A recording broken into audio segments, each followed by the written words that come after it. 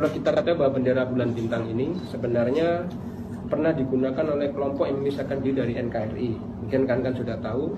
Dan bendera itu adalah bendera separatis yang disebutkan secara eksplisit dan implisit dalam peraturan PP nomor 77 tahun 2007. Dan konun bendera Aceh dan lambang Aceh yang telah dilakukan pembatalan oleh Menteri Dalam Negeri dalam surat nomor 188.342723 SJ tanggal 26 Juli tahun 2016 yang ditujukan pada Presiden Republik Indonesia. Kemudian tindakan menurunkan bendera merah putih itu dengan mengibarkan bendera separatis yaitu bendera bulan bintang itu tindakan penghinaan terhadap bendera negara, yaitu merongrong pegawai negara, melecehkan harga diri bangsa. Polda Aceh sebagai alat negara dapat melakukan tindakan tegas dan tindakan terukur terhadap pelaku yang merongrong pegawai negara. Assalamualaikum warahmatullahi wabarakatuh. Kru semangat Kemandum Bangsa Aceh, Pat Manteng yang nadia terungdonya, merumpok kelai ngelun, ngen Nasir Usman. Saban-saban kali kita dengar aso video dia tuh dari pernyataan Serdadu Jawa atuh bendera katanya dan atuh bangsa katanya. Tema uronyo nya Jawa ji icok sikap lagi nyan. Pakan katanya Aceh hanjut tacok sikap lagi nyan kawak nyan si. Uronyo pua makna katanya tai mudame dengan Jawa nyan. Pua makna katanya Aceh tajak kerja saban dengan Jawa nyan. Pua makna katanya Aceh tajak mengon dengan Jawa nyan. Dinau lom pegah bak urun draw ne. Nya bendera bintang bulan hanjir di Aceh. Berarti bendera merah putih harus bertren dan te. Kalau bendera bintang bulan tidak bisa naik di Aceh, di negeri kami sendiri, merah putih juga harus diturunkan dan bakar. Kalau bendera bintang bulan kalian anggap bendera separatis, bendera merah putih juga bendera teroris. Kenapa saya katakan begitu? Pakan lom pegah laganya. Selama 76 tahun. Kenih bangsa Aceh Kerbun. Kenih ulama-ulama Aceh Kerbun.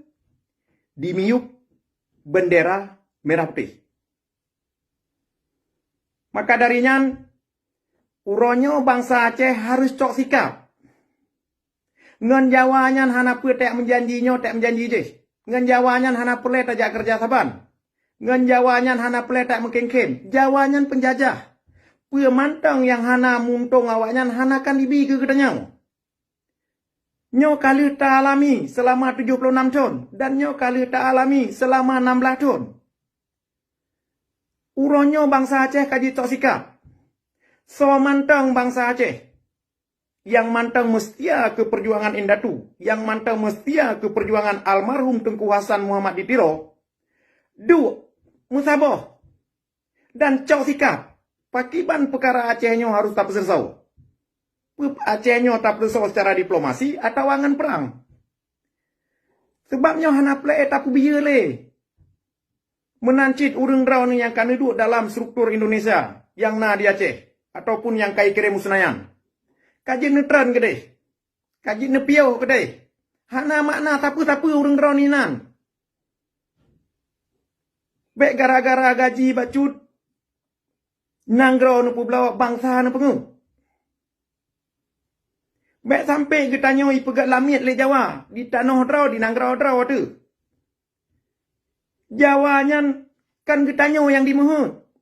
Tapi tanah tanya, hasil buma tanya yang dimuhut. Benda depanya. Maka darinya, lun putrang ke urung draw mandum. Yang na di nanggro. Kajit bedah dan cok sikap lagi. Hana istilah terlambat untuk nuwa bak jalan yang betul. Uronyo Jawa semakin merajalela di Aceh. 16 tahun kah katanya sabar. Pu yang na hasil katanya. Pu yang na muntung ke katanya. Tanya semakin rela. Kasaat ji uronyo bangsa Aceh untuk jit medang kelai. Musabah roh kelai untuk jit dapat tentera. Hana istilah kata menyerah. perjuangannya hana pernah selesai. Segelom nanggro tayo mati. Terima kasih. Assalamualaikum warahmatullahi wabarakatuh.